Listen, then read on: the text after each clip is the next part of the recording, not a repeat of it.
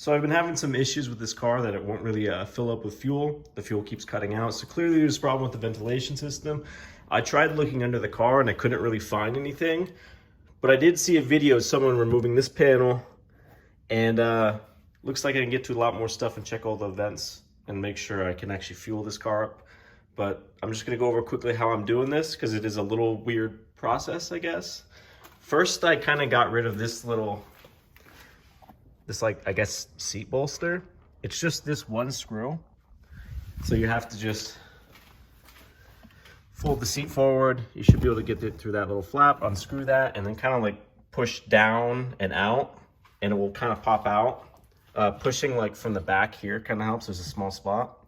After that, you need to remove this piece. It looks like it's two 10 mil bolts. I got those out right here. And then there's a Phillips head screw on the front side, which you'll get access once you remove this piece. So I'm gonna unscrew that, take this off, and see where we're at. I got the screw out. Let's see if this just comes off. Yeah, it does. Pops right out. Set this aside. Put its screws inside of it, I guess. And then looks like we're getting pretty close. I'm not sure if you have to remove this piece or not. You might be able to just snake this out. I'm gonna see what else is pushing this in. Looks like it goes pretty far down in the seat. So you might need to remove some of this stuff just because this could be brittle and you don't want to probably bend it too much. You can already see it probably bent it too much here when I was installing the coilovers.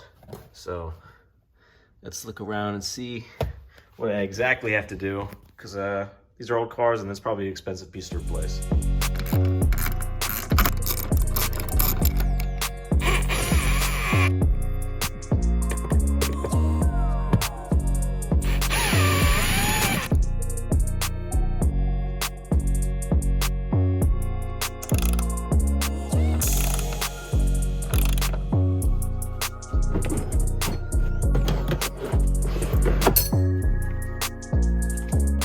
This is the first time I fully had this off. Not exactly sure what to look for just yet, but I will make sure I have everything. I think I just gotta clear these lines, I assume, because this looks like the breather hose. I wonder if there's possibly an issue with the filler neck. The video I was watching was kind of mentioning something like that. I'm gonna watch that video further and get back to you guys. I'm going ahead and testing all these lines, just trying to blow and through them and see if they're clogged or not. This one right here with the valve seems to work fine. Obviously, you have to cut off these clamps because they're one-time use. So I'm going to use clamps like these when I put them back on, because I don't feel like using one-time uses, as it doesn't really matter in this situation. So I'm going to get back to testing this. I want to test this pipe on this Y pipe and see if that works, because this one's clearly fine that goes to this little valve. So I'll go ahead and test that and see how it is. So I tested the valve that this goes to, which ends up going to there, as well as this little vent underneath. See that blue little vent? There's one on either side. So this one is connected to this valve, and I can't get air to blow out of it. It only vacuums up, so I'm gonna test without and see if that works. This side blows out through this this tube. I'm just gonna go ahead and try filling up the car without this vent on and see how it goes. So I'm just gonna clean it up and see what happens, because I'm kind of stuck. I'm not really sure what's wrong with it at this point, but hooked everything back up. Like I said, just different clamps. Got this strap in. I kind of like this strap design. This feels nice. But yeah, I'm just gonna pick up my tools and I guess try filling it up and see what happens.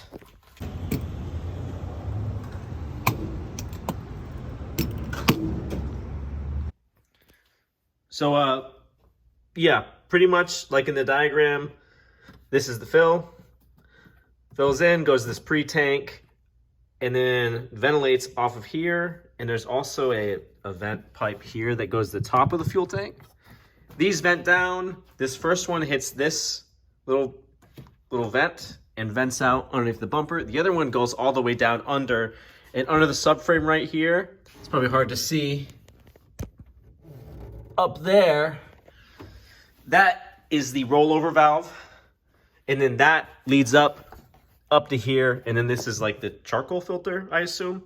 So when I blow air through this pipe, it goes all the way through the system, through the rollover vent, through the charcoal vent or filter, and goes out this vent, this top vent. So I'm thinking that the system works fine, and it could be a problem with the pre-tank.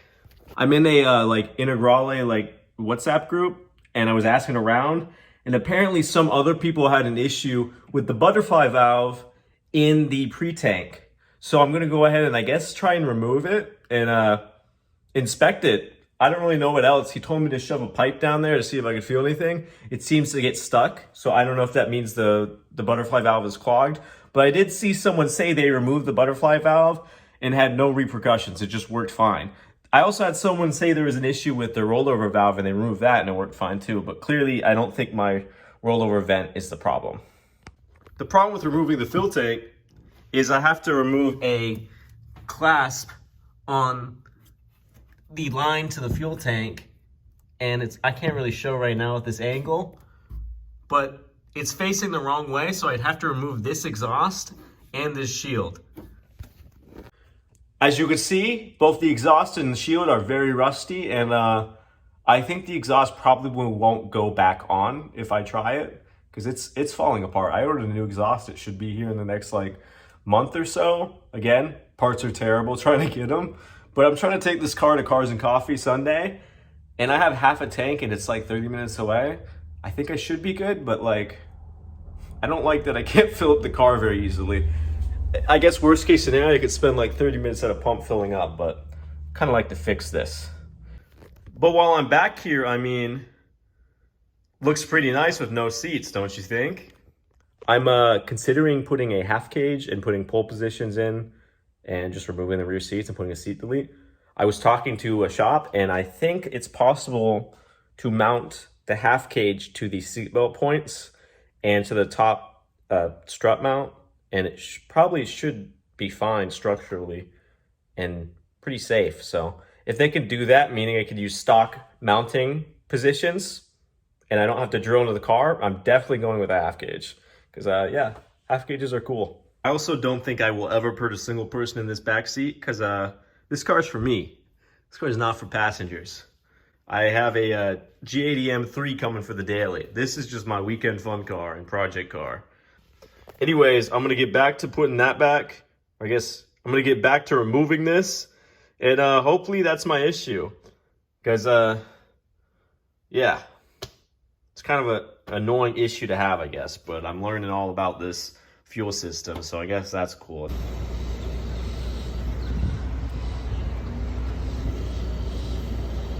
So it's the next day, and I'm pretty sure I found out the problem, and it's in a very stupid manner.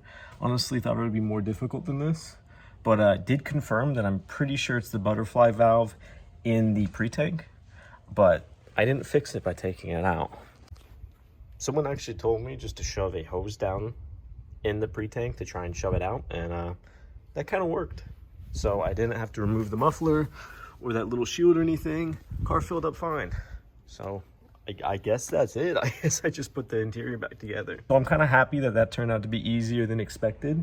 But I guess if you also have a fueling issue, kind of follow through the steps I did. Go through all the vents, the butterfly valve, and see if it fixes your fueling problem. Again, it's not necessarily too hard because the interior pieces are pretty easily bolted down. It's just kind of a little time consuming, but now that I know how the fuel system works, it's fairly simple. And like I said, if you look at that like diagram I found earlier, also link a little manual online that kind of shows a little more detail on the system. And I think it's like page 29 and past. I'll put that in the description. But anyways, yeah, so if this helps you fix your Integrale or any kind of Delta, I think 8V and 16V fueling issues, then yeah, go ahead and like the video. And if you want to see more content on this car, see me fix it up, go ahead and subscribe. Thank you.